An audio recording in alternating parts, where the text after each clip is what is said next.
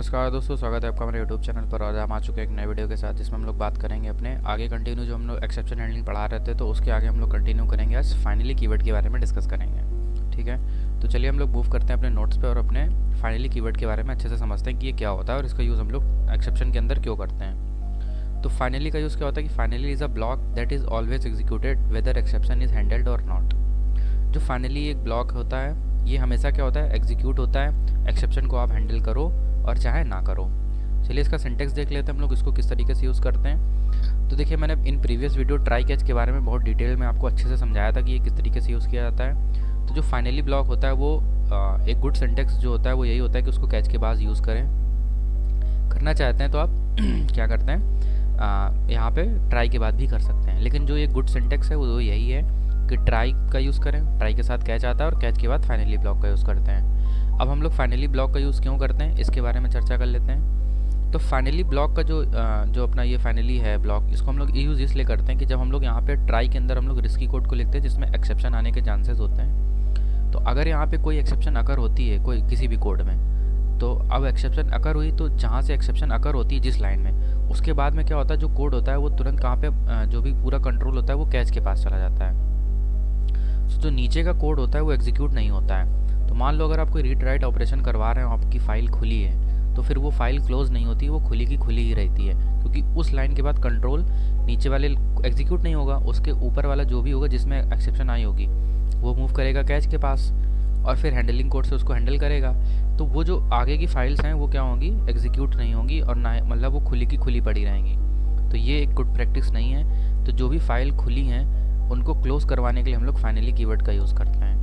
ठीक है, जो ये अपना ब्लॉक होता है, तो फाइनली ब्लॉक को हम लोग यूज़ करते हैं। तो ये क्लीन अप कोड के लिए यूज़ होता है और हम लोग जो भी खुली फाइल हैं जैसे फाइल रीड राइट हो गई, इनको क्या करते हैं, बंद करवाने के लिए। अब मान लो कोई डेटाबेस कनेक्टिविटी हम लोग कर रहे हैं और बीच में कोई एक्सेप्शन आ जाती है, तो उसी लाइन से क्या होगा, कंट्रोल जो होगा कैच ब्लॉक में चला जाएगा और एक्सेप्शन को हैंडल करने लगेगा। तो बाकी का जो फाइल्स हैं वो खुली की खुली पड़ी रहेंगी, तो उनको क्लोज करवाना है तो फाइनली कीवर्ड का यूज़ करेंगे। तो मेमोरी हो गई, मान लो लॉग को रिलीज़ करना है, तो बहुत सारे जो होते हैं अपने में फ़ाइल ओपन होती हैं उनको क्लोज़ करवाने के लिए हम लोग फाइनली कीवर्ड का यूज़ करते हैं। सो आई होप आप लोगों को समझ आ गया होगा कि फाइनली कीवर्ड का यूज़ क्यों करते हैं। सो चलिए कुछ पॉइंट्स हैं उनको पढ़ लेते हैं कि इफ़ एनी एक्सेप्शन अगर वाइल रीडिंग और राइटिंग अ फाइल, कोई भी एक्सेप्शन अगर होती है फाइल को पढ़ने और लिखने में, सो देन बिलो कोड जो होता है, नीचे का कोड होता है, विल नॉट एग्जीक्यूटेड, नहीं एग्जीक्यूट होता है, and this resources will not close, और बाकी जो रिसोर्सेज होते हैं वो खुले रहते हैं, इसलिए हम लोग इसका यूज़ करते हैं।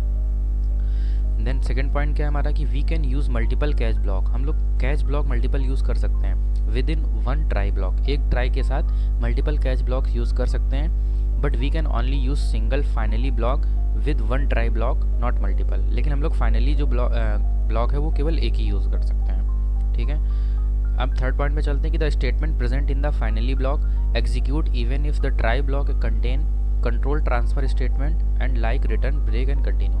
कहने का मतलब ये है कि आप अगर कैच के बाद या ट्राई के बाद कोई भी जंप स्टेटमेंट यूज़ कर लें कि आप फाइनली ब्लॉक को जंप करा दें या उसके आगे की कोड पे एग्जीक्यूट करा दें, तो इससे फाइनली ब्लॉक को कोई लेना देना नहीं है। अगर आपने फाइनली ब्लॉक लगाया है तो वो एग्जीक्यूट होके रहेगा, इस पर किसी भी कंट्रोल ट्रांसफ़र जो होते हैं स्टेटमेंट्स, उनका जंप स्टेटमेंट का कोई फ़र्क नहीं पड़ता है इसके ऊपर।